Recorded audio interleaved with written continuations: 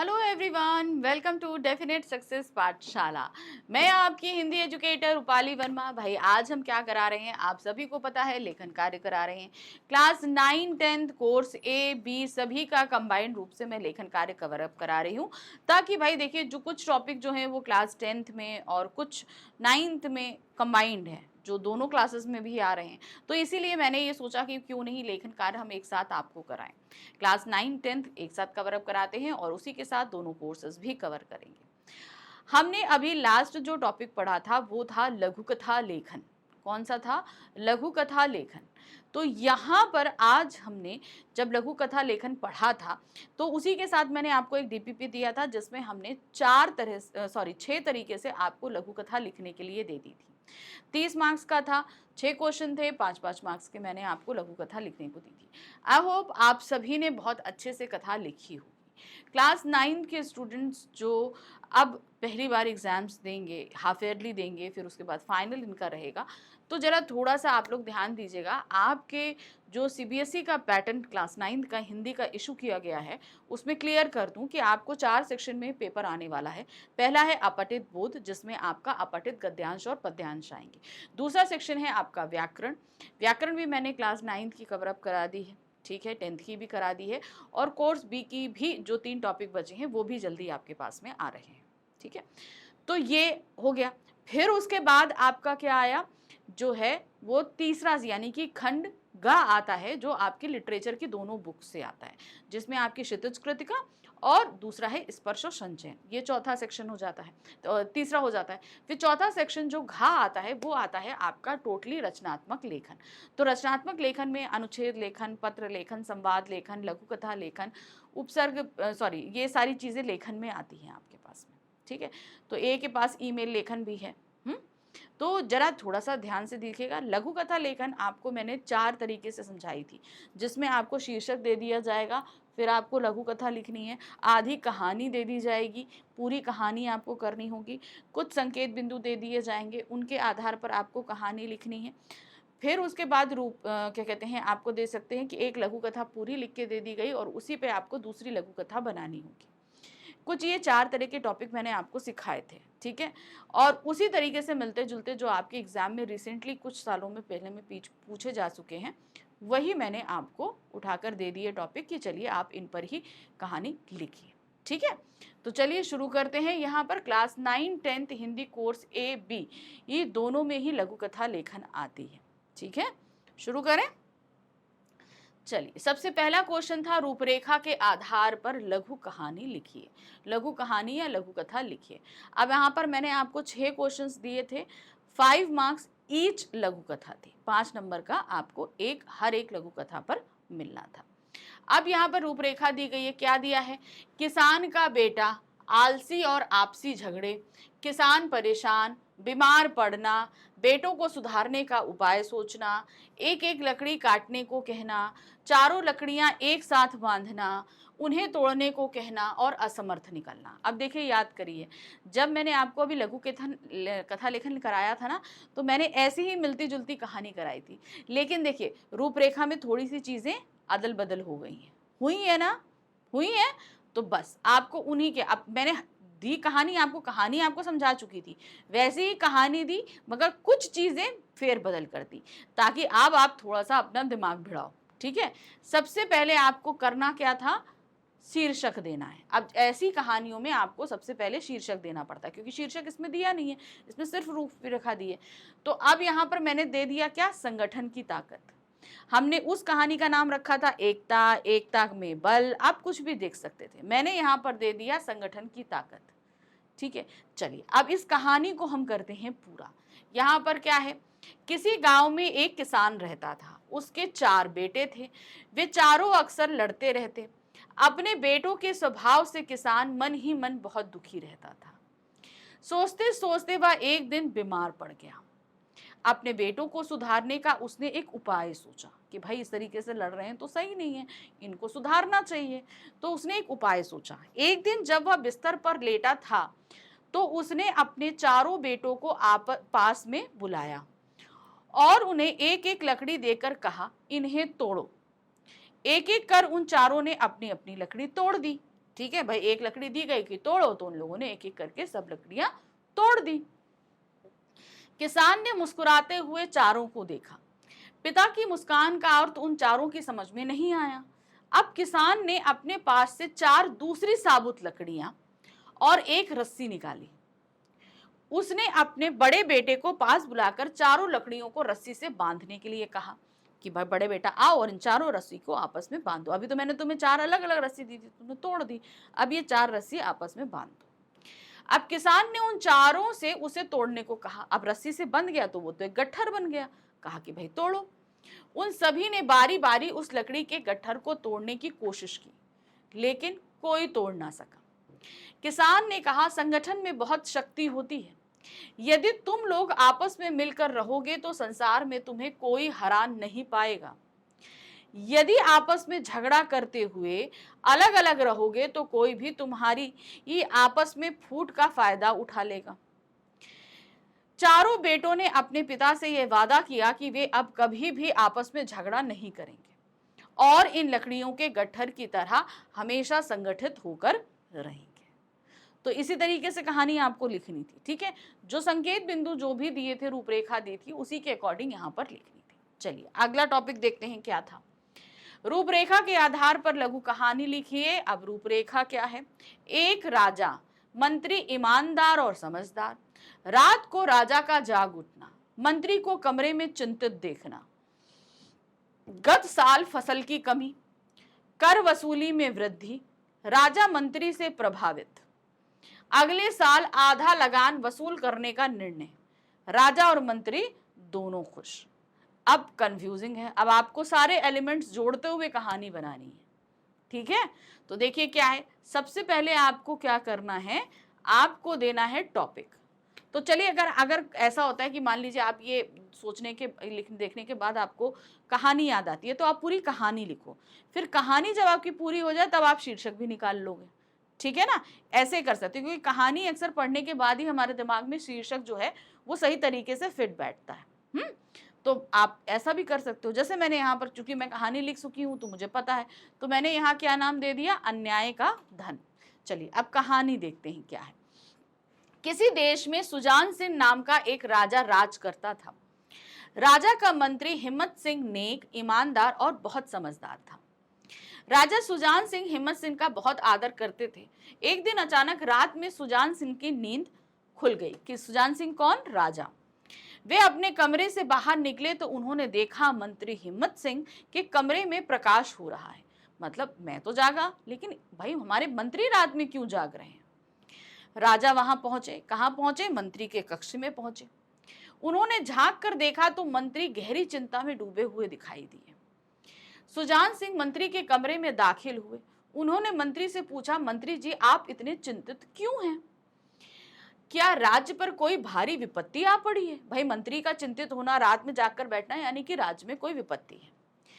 हिम्मत सिंह ने अपनी चिंता का कारण बताते हुए कहा, महाराज गत वर्ष की अपेक्षा इस वर्ष के लगान की वसूली अधिक है। कहने का पिछले साल से ज्यादा इस साल की वसूली है। अधिक वसूली का कारण जानने के लिए ही मैं चिंतित हूं, यानी कि इस साल कैसे इतनी वसूली हो गई। तो उनको बड़ा ताज्जुब हुआ कि भाई पिछले साल जितनी वसूली हुई थी उससे ज्यादा इस साल वसूली हुई, कारण क्या है? ज्यादा पैसा आया। राजा बोले, आमदनी कम तो नहीं हुई, बढ़ गई है। रात बहुत हो चुकी है, अब आप सो जाइए। उन्होंने कहा, भाई कम तो नहीं हुई, कम हुई होती तो हम चिंता करते, ज्यादा हुई है तो भाई आराम से सो, क्या दिक्कत है? भाई हमारे पास भी पैसा ज्यादा हो जाए तो हम निश्चित होकर सोएंगे ना, वही चीज है। तो यही राजा ने कहा। लेकिन भाई मंत्री तो ईमानदार थे, उन्हें कैसे नींद आती? कल इस विषय पर विचार करेंगे। मंत्री जी चिंतित स्वर में बोले, गरीब किसान बड़े परिश्रम से अन्न उपजाता है। प्रजा को दुखी कर कर कोई भी राजा सुखी नहीं हो सकता, ना ही उसका शासन अधिक दिनों तक चलता है। यानी कि अगर हम प्रजा को दुखी करेंगे तो हमारा शासन ज्यादा दिन तक दुखी नहीं चल सकता है। राजा को मंत्री की बात उचित लगी। अगले दिन सुबह उन्होंने घोषणा कर दी कि अगले वर्ष से आधा लगान ही वसूल किया जाएगा। राजा के इस निर्णय से मंत्री हिम्मत सिंह के साथ साथ राज्य की प्रजा भी बहुत खुश हुई कि मान लीजिए जितनी इनकम होती थी उससे ज्यादा हुई। तो उन्हें लगा कि भाई सरकार के खजाने में ज्यादा पैसा आ गया है, तो क्यों नहीं इसका फायदा हम प्रजा को दें। तो उन्होंने क्या किया कि अगले साल जो है लगान दिया वो आधा दिया जाएगा। आधा देने से क्या होगा, किसानों के पास समृद्धि बढ़ेगी। हमने तो अगले साल का आधा लगान तो इसी बार ले लिया है, तो अगले साल अगर आधा करेंगे तो खजाने पर कोई असर नहीं पड़ना है, लेकिन किसानों को इससे फायदा होगा। चलिए अगला हम देखते हैं। चलिए ध्यान देखिए, हमने इस तरीके से आपको कहानियां दी हैं कि आई होप आप बहुत अच्छे से कर लोगे। ठीक है, चलिए देखिए क्या है। रूपरेखा के आधार पर लघु कहानी लिखिए। फिर से रूपरेखा है, क्या है। एक आदमी लालची, तपस्या करना, देवता का प्रत्यक्ष होना, थैली में सोने के सिक्के डालना, जमीन पर ना गिरे, गिरने पर मिट्टी हो जाने की चेतावनी, थैली का भर जाना, आगे भी थैली पसारते रहना। तो यहाँ पर जो है हमने एक लालची व्यक्ति की कहानी को आपको लिखने के दिए था। ठीक है, तो देखिए क्या है। लालच का फल, शीर्षक हमने क्या दे दिया, लालच का फल। एक आदमी था, वह एक सुंदर गांव में रहता था। वह बड़ा सुस्त तथा दूसरों के समान मेहनत ना करता था। सुस्त था तो आलसी था, मेहनत नहीं करना था। वह बड़ा लालची भी था, इसलिए बिना मेहनत के वह धनी बनना चाहता था और इसके लिए तपस्या करके देवता को प्रत्यक्ष करने का निश्चय करता है कि भाई मैं तपस्या करूंगा, मैं काम ना करना पड़े, तो देवता से ऐसी चीज मांगूंगा ताकि मुझे जिंदगी भर काम ही ना करना पड़े। उसने तपस्या की और उसके सामने देवता प्रत्यक्ष हुए, यानी कि देवता प्रकट हुए। देवता ने पूछा, अरे मैं तुम पर प्रसन्न हूं, तुम्हें क्या चाहिए। आदमी ने कहा, मैं बहुत गरीब हूं, इसलिए मुझे धनी बनाइए। उसने कहा कि भाई मैं गरीब हूं तो मुझे आप धनी बना दीजिए। भाई भगवान भी सब जानते हैं कि धनी बनने का रास्ता है कि मेहनत करो। खाली किसी से पैसा मांग लेने से आप धनी नहीं बन जाते। अगर आप चाहते हो कि धनी बने रहो तो मेहनत करो। तो जब उन्होंने भगवान से मांगा तो भगवान तो समझ गए कि भाई ये व्यक्ति जो है वो आलसी है और लालची है। आप मुझे सोने के सिक्के दीजिए। देवता ने उसकी थैली में सोने के सिक्के डाल दिए, फिर उसको चेतावनी दी, अरे ये सोने के सिक्के कभी नीचे ना गिरे, यदि वह नीचे गिर गए तो मिट्टी हो जाएंगे। आदमी ने देवता की बात मान ली। ठीक है, देवता थैली में सोने के सिक्के डालते रहे, थैली भर गई, लेकिन उसका लालच कम ना हुआ। वो डालते गए, उस व्यक्ति का लालच जो है वो कम नहीं हुआ। वह आगे थैली पसारते हुए देवता के सामने रहा। इसका फल यह हुआ कि सिक्कों से अधिकांश सिक्के, यानी कि जब भरते गए तो सिक्के जमीन पर गिर गए और सबके सब मिट्टी बन गए। आदमी बहुत निराश हुआ, उसने रोने लगा। उसने सोचा कि यह सब मेरे लालच का परिणाम है। कि भाई उसने लालच ना किया होता, उसने आराम से अगर ये सोचा होता कि भगवान हमें इतनी हिम्मत दीजिए कि हम दिमाग लगाकर मेहनत कर सकें, तो उसके पास वो मेहनत का धन होता। लालच का धन कभी ज्यादा दिन टिकता नहीं है। चलिए नंबर 4 आ गया। यहाँ पर क्या है, रूपरेखा के आधार पर लघु कहानी लिखिए। क्या है, दो भाई घर में अकेले, फाइल में आतंकियों की जानकारी। बाबा रे, आतंकियों का घर में घुसना, फाइल ढूंढना, कमरे में बंद, आतंकी गिरफ्तार।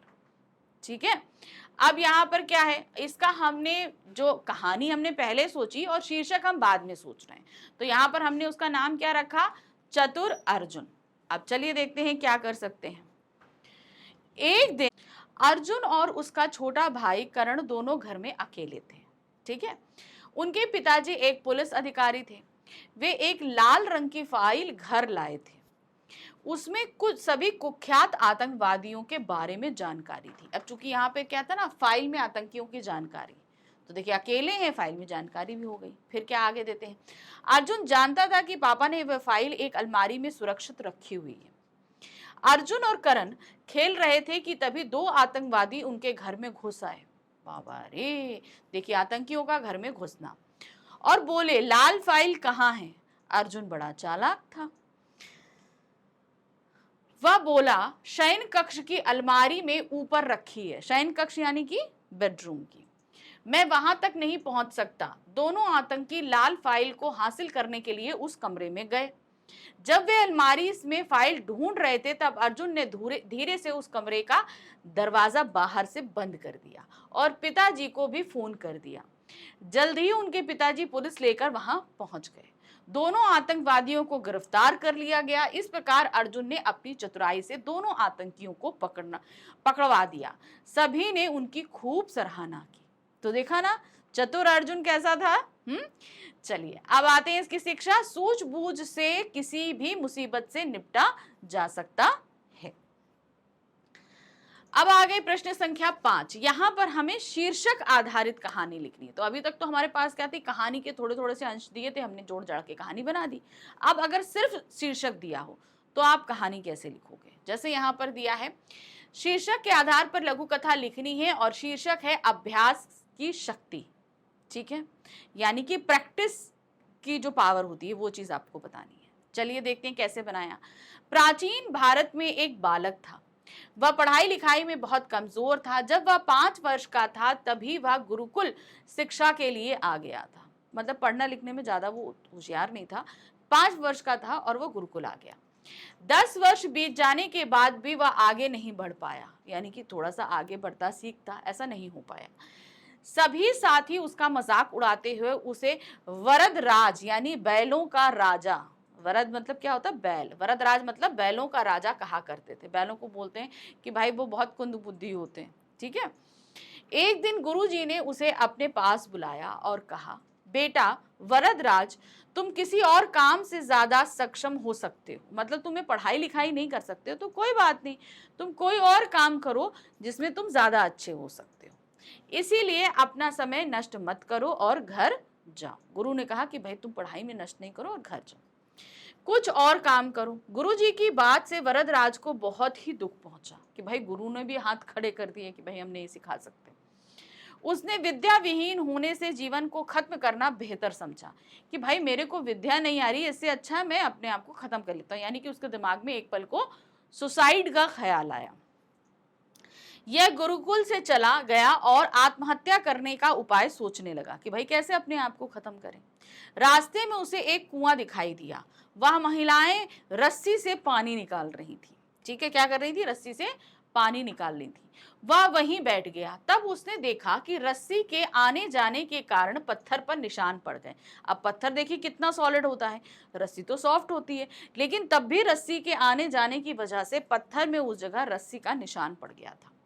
वरदराज ने सोचा कि जब इतना कठोर पत्थर कोमल रस्सी के बार बार रगड़ने से घिस सकता है तो परिश्रम करने से मुझे विद्या क्यों नहीं आ सकती। अगर मैं भी परिश्रम करूं तो मुझे भी विद्या आ सकती है। उसने आत्महत्या का विचार त्याग दिया और गुरुदेव के पास लौट आया, वापस चला गया उनके पास गुरुकुल। उसने गुरुदेव से कुछ दिन और रख कर शिक्षा देने की प्रार्थना करी। उन्होंने कहा कि हमें कुछ दिन और रख लीजिए, मैं अब कोशिश करूंगा। उसने करी। सरल हृदय से गुरुदेव जी राजी हो गए। अब वरदराज ने मन लगाकर अध्ययन करना आरंभ किया। उसने ज्ञान प्राप्त करने की इच्छा इतनी प्रबल हो गई थी कि उसे ना अपने खाने पीने का ध्यान रहता और ना ही समय का, यानी कि वो सतत लगातार परिश्रम करता ही रहा। यही वरदराज आगे चलकर संस्कृत के महान विद्वान बने। लोगों को संस्कृत आसानी से समझ में आए इस बात को ध्यान पे रखकर उन्होंने लघु सिद्धांत कौमुदी की रचना की, जो संस्कृत का महान ग्रंथ है। यह ग्रंथ पाणिनि के व्याकरण का संक्षिप्त सार है। वरदराज की कहानी से निम्नलिखित लोकोक्ति प्रचलित हो गई, जो कहानी को शिक्षा को चरित्रार्थ करती है। तो जो कहानी हमने आपके सामने लिखी, ये जो थी, ये वरदराज संस्कृत के महान जो रचनाकार हैं उनकी कहानी है और सच है।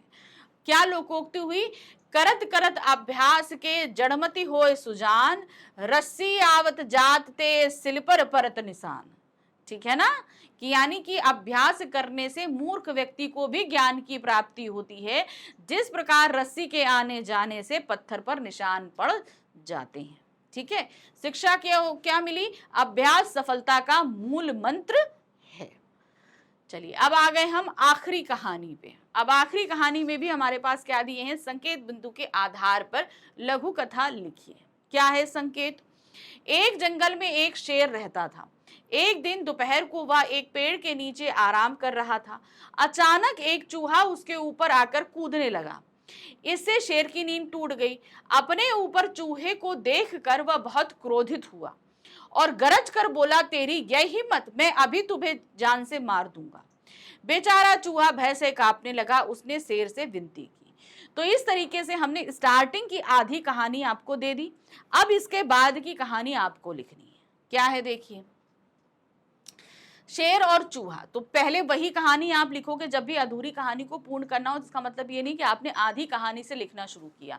तो जो कहानी आपको अधूरी दी गई वो लिखोगे, उसके बाद अपनी कहानी शुरू करोगे। देखो यहाँ क्या है, एक जंगल में एक शेर रहता था। एक दिन दोपहर में वह एक पेड़ के नीचे आराम कर रहा था। अचानक एक चूहा उसके ऊपर आकर कूदने लगा। इससे शेर की नींद टूट गई। अपने ऊपर चूहे को देखकर वह बहुत क्रोधित हुआ और गरज कर बोला, तेरी यह हिम्मत, मैं अभी तुझे जान से मार दूंगा। बेचारा चूहा भय से कांपने लगा। उसने शेर से विनती की। यहां तक की कहानी हमने अभी यहां तक पढ़ ली। फिर है, महाराज मुझे मत मारिए, मुझे छोड़ दीजिए। उसने विनती करी तो क्या कहता है, वैसे तो मैं बहुत छोटा और दुर्बल हूं, मगर मैं वादा करता हूं कि आपका एहसान जीवन भर ना भूलूंगा। कभी मौका मिला तो आपकी मदद अवश्य करूंगा। उसकी बात पर शेर हंसते हुए बोला, तुम जैसा बहुत ही कमजोर और छोटा जीव मेरी क्या मदद करेगा। चलो तुम कह रहे हो तो मैं तुम्हें माफ करता हूं। यह कहकर शेर ने चूहे को छोड़ दिया। ठीक है, अब वो चूहा था, उसने शेर उन्होंने छोड़ दिया कि ठीक है जाओ रहने दो। एक दिन की बात है, किसी शिकारी ने जंगल में जाल बिछा रखा था। शेर शिकारी की तलाश में जंगल में भटक रहा था कि शिकारी के जाल में फंस गया। कौन फंस गया? शेर शिकार ढूंढ रहा था और उस शिकारी के जाल में फंस गया। घबरा कर वह दहाड़ने लगा, मगर जाल बहुत मजबूत था। बेचारे शेर की एक न चली।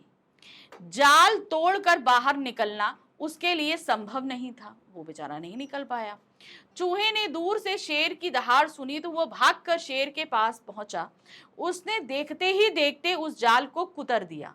वही चूहा जिसने जो है शेर से विनती करी थी और शेर ने उसको छोड़ दिया था, वही आया।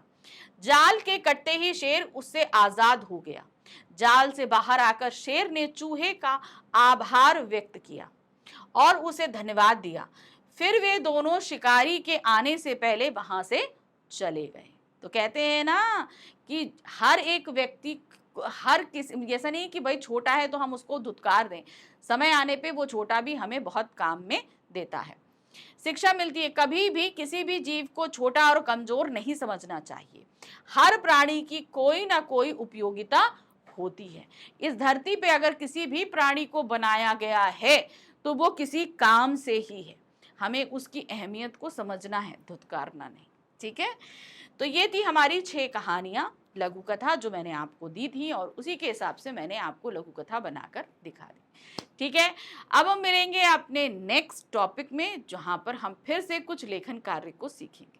ठीक है, thank you for watching, bye bye.